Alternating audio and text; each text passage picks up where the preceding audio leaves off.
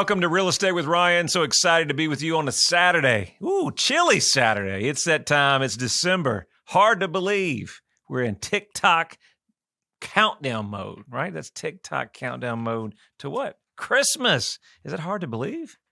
It really is. It's for some reason, right after Thanksgiving, I don't know about you guys, but my whole crew was down, except myself. My babies were sick, and always my babies, a little bigger. I got a 3-year-old and a 9-year-old, so they're still my babies. And then, of course, my wife was a little bit under weather. This sinus stuff going on, I know a lot of my clients have kind of seen that going on, and so hopefully everybody's doing well and staying well. 'Tis that time of season, you know. These kind of things are around and about, so hope everybody's doing well. Staying safe, and hope everybody had a great Thanksgiving. I know we did. Had a great time with the family. Even though we were home, couldn't see with the grandparents and the rest of the family, we did have a little quality time, and it's always good to take a few minutes back, right? Take a few minutes back to just hanging out, watching a little football, spending quality time. So I hope you guys did it well. We're going to have a great show for you, and thank you for tuning in. We're talking about do's and don'ts. Do's and don'ts of what, Ryan? Buying vacant land. I think I've got some great clients that I was just out in Wallen yesterday. We were looking at some land. It was a gated community. And in this market, as we approach 2024, kind of want to talk about the interest rates today as well. A little bit of good news there. You've got to really make a decision. Are we going to look for an existing home now, or are we going to go build? And a lot of choices and a lot of selection out there is still with vacant land. And we're going to talk about the do's and don'ts, what you need to do, how to budget for that, some things that maybe you haven't thought about. Maybe if you built your forever home, or maybe you haven't, we're going to talk about that, types of financing, what makes it easier to buy that land and maybe build later. That and so much more. Real Estate with Ryan. So glad to be with you guys. Let's talk about the interest rates. News. For the first time since September 1, the rates on a 30-year mortgage dropped Wednesday, reducing the flagship average rate to 7.52. I've got some rates of 30-year fixed. That's a 7.52, but I've got our FHA loans at 7.1. And then I've got a 15-year about 6.84. So that's a little bit of an indication. Now, each bank is different, right? You go to your credit unions, shop around. Obviously, if you're working with us, we have some lenders, preferred pricing, preferred discounts.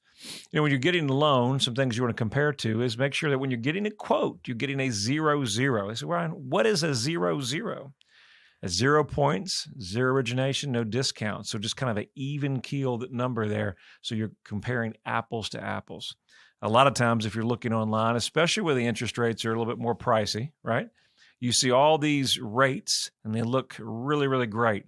But on the side, you see all these fees, and these fees are what it costs to actually get the rate. So, you know, you want to compare apples to apples. Make sure you get a 0 + 0 quote, and obviously a 30-year pays over 30 years, and you're 15 over 15.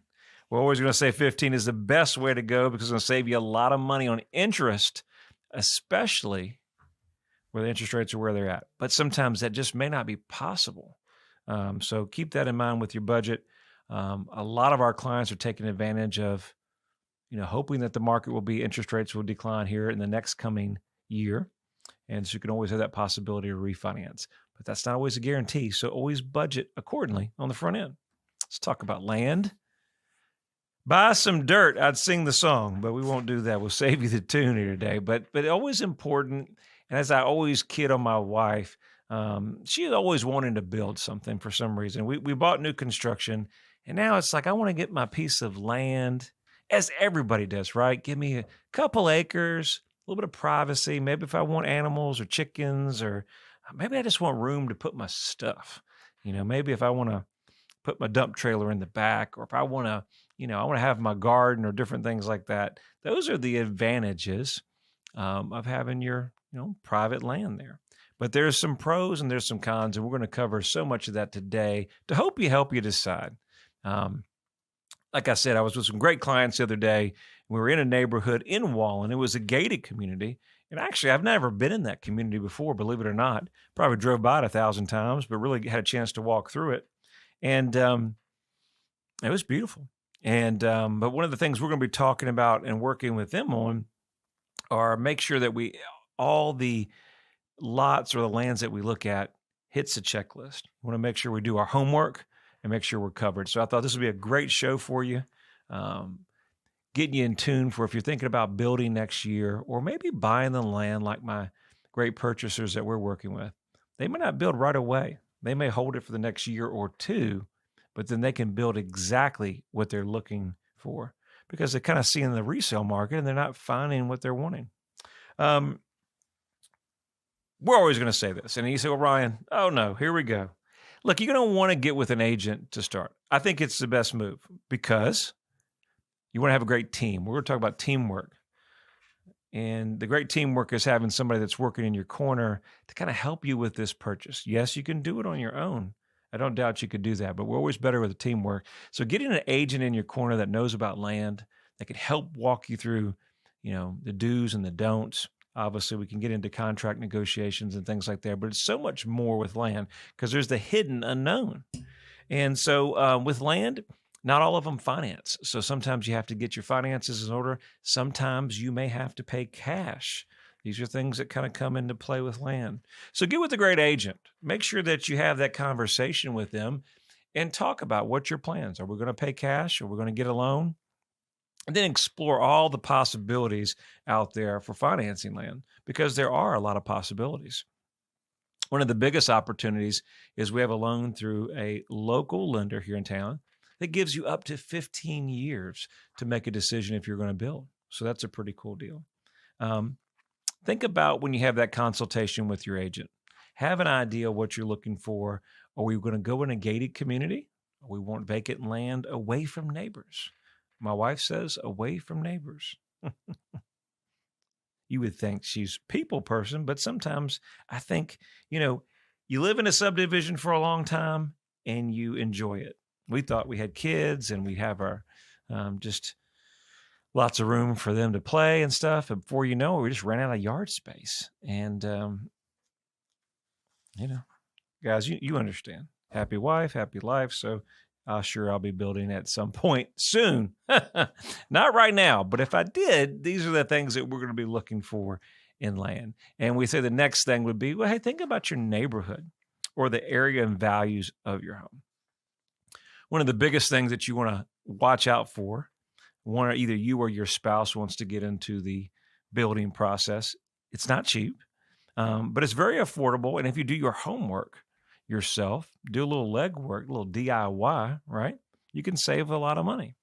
But when you build something, you never know. You never know when you're going to sell. You may have that job transfer. You may say, this is the last house I'm going to build.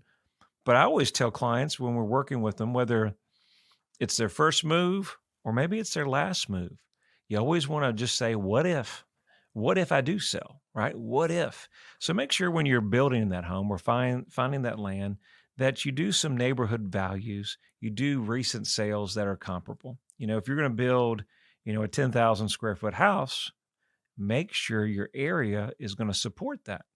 Because if not, when you get into that price range, some of our luxury properties will take a haircut because they're just not those values there. There's a certain neighborhood in Knoxville that our area that on the luxury market, there just hasn't been those sales that I'm working with a great potential client above $1 million. And so other areas have, and I'm not sure if that, as the additions and the money was spent moving forward, if that was thought. But these are things we got to think about. We say, okay, well, utilities are big. It's not a given, Ryan. Just because you're in an area or close to a subdivision or assume down the street has cable, internet, water, it does not mean the land that you're looking at will have that in. So you have to take that into account. Make sure you look at all those to have that opportunity. Very, very important. I think most people, if you're doing rural, one of the biggest challenges I think that we face, and most people are coming across from West Coast, et cetera, they say, well, we want land, I want space. One of the biggest things we've seen this year in 2023 is homestead. I want a little opportunity to have some chickens or some animals. But I work from home, so I work remotely. So internet is huge. And so a lot of properties that would kind of work for the customer ends up not working because you have to go, maybe something like satellite or like a HughesNet or something like that. If you're familiar with that, that's basically satellite internet. And if you have that, you'll know that it doesn't work as extremely if you're going to be on the internet for long periods of time. So these are things that you have to look at, and it does affect the value of the land. We've got more. We're going into the break. Stay with us. We'll talk more about land and do's and don't with Real Estate with Ryan. There's no place like home, and this basketball house is special. The great games, players, championships, it's a true home court advantage. I'm Ryan Coleman. Both basketball and real estate take great drive and determination. Whether you're in the market to buy or sell a home, let Hometown Realty give you the home court advantage. Hometown Realty is East Tennessee's #1 real estate group and a proud sponsor of the Vols. I'm Ryan Coleman with Hometown Realty. The real estate market's changing every day. You need to know your home's value in today's market. Text your home address to 290-2290 for an instant, no-obligation home evaluation. That's 865-290-2290. And remember, when you're ready to sell, we have a guaranteed sale program to get you in your next home stress-free. Trust your hometown experts. We've helped thousands of people just like you.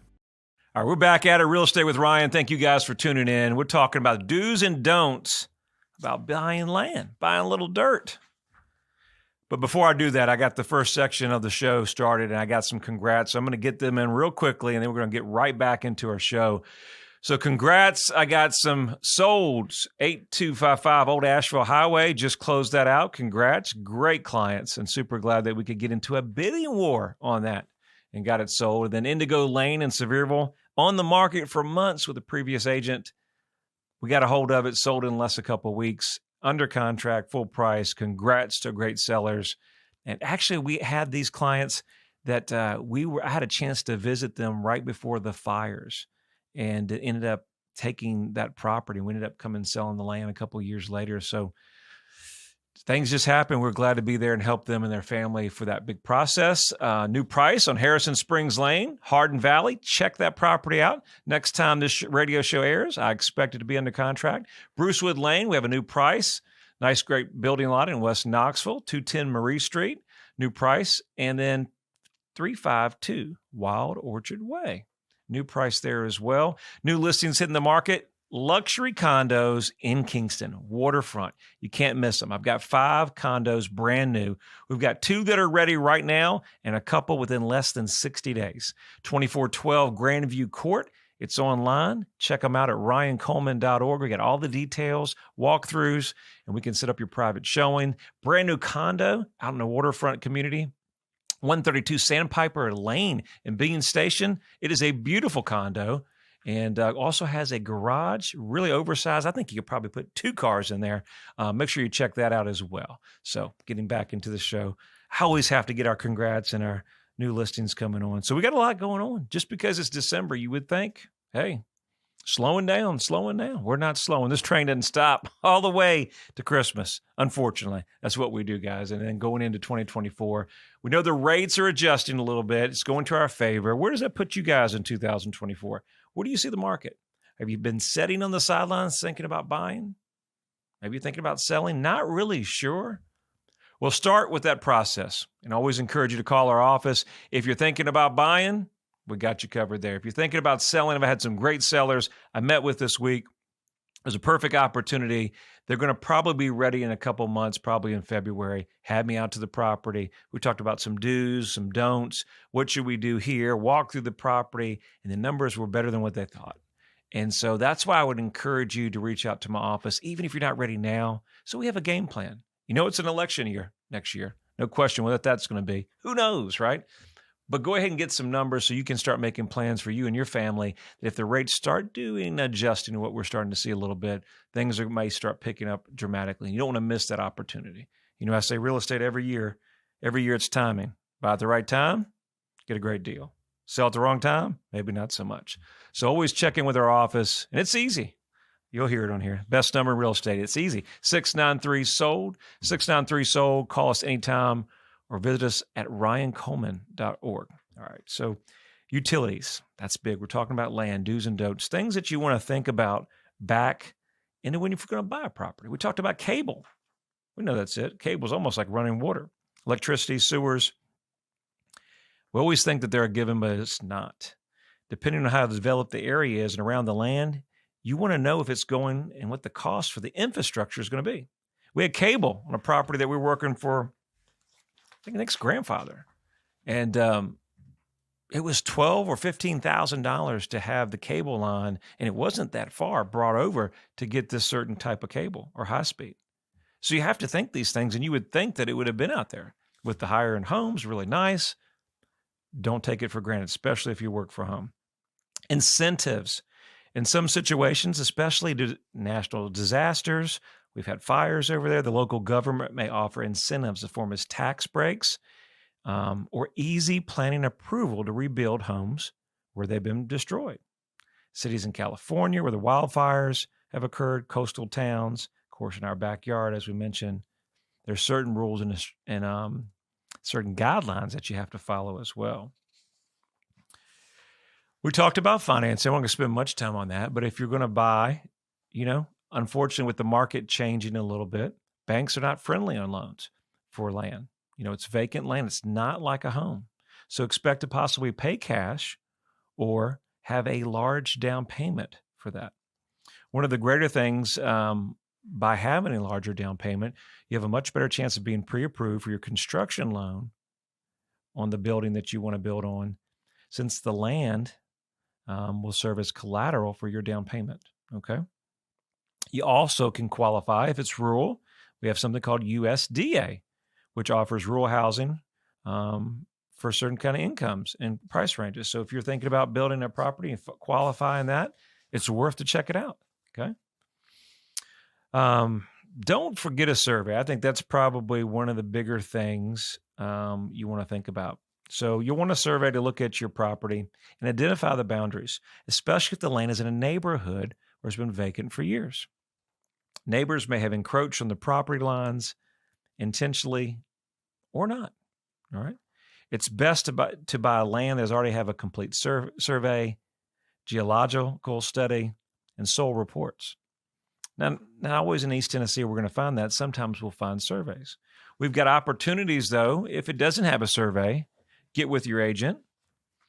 And sometimes we have an opportunity to look in the tax records or previous deeds of plats that will give us good instructions on maybe where an old survey was recorded or a subdivision survey that will be a good starting point. And I was kind of reviewing for the show. I think this is so true. So, this is going to be opposite from when you're buying a house. So when you buy a house, we encourage everybody to do drive-by, ride by. But not just ride by. If it's in a neighborhood or the area, get a feel. I always, we're big components of talk to your neighbors, right? Talk to your neighbors, especially if you have kiddos like we do. Any information is always helpful. And then they have community pages, right? But with land, it may be different. Let me tell you why. You're not going to really want to speak to neighbors ideally regarding your plans, because when you're looking to buy a home, they may oppose your future dream home. It may be that this land has been there for a while, and it's not uncommon for neighbors who are having used raw land near their home to get upset with the status quo. And ideally, they could end up being a petition if you have to, change zonings, apply for a building permit, and end up gathering information against you. I know that's not what you want to hear, but you really have to think about that if you're buying land or having that opportunity to where you're going to do something. Maybe not everybody's for it. Now, I know some areas in the rural counties, they're not wanting growth, and they're fighting it as much as they can. So keep that in mind. Use your caution, use your discernment there to think about what information you're gathering. But not everybody's for the growth, especially when you get to certain parts of the county that they want to keep it rural, and rightfully so in some of those areas. But the inevitable, people are growing, it's going west, it's happening. But keep that in mind. I thought that was a good tip there. Don't assume you can have your property rezoned. Now, I can tell you that I've got a property right now, and we're working on one. I'm working on an offer. It's a great client in Knoxville, out there in the Powell area. And this particular property is really ideally commercial, but it's zoned residential. Everything makes sense for commercial, but we haven't taken the steps to do that. We've made the preliminary steps, covering your local zoning municipalities, but there's a process. You got to go in front of the board. You got to do this, got to do that. And of course, they have to approve it. And they usually let all the neighbors, right, know what's going on. And then you petition for the rezoning. So that's why not everybody's going to be for you. So the less people that oppose it is good for you. But don't assume that you could buy a property and it's automatically going to be converted from, like, let's say, residential to commercial. There's several steps that you need to take. And what I would encourage you to do is, if you have a question about rezoning on a property like that, which is, let's say that you needed to go commercial or you wouldn't buy it, you need to stipulate it in the contract. You need to allow the seller or you, which would probably be the seller because they still own the property, to have to go in front of the board or zoning. And that may take a minute, but with the right agent, right negotiation, and seller, you can work these things out. Is it worth it to buy vacant land? At the end game, it's your forever home. And, something about having that land, that privacy, that it's hard to find. They don't make any more of it, right? So I think land is definitely a good investment. But do your homework. Look what your pricing is per acre. Get with our office. We'll give you numbers on acreage. Acreage is different. You can't do it just by the acreage. It really determines where you have to go by and visit the property. Hope you've enjoyed the show. Enjoyed spending time with you. We'll see you next week. Have a good weekend.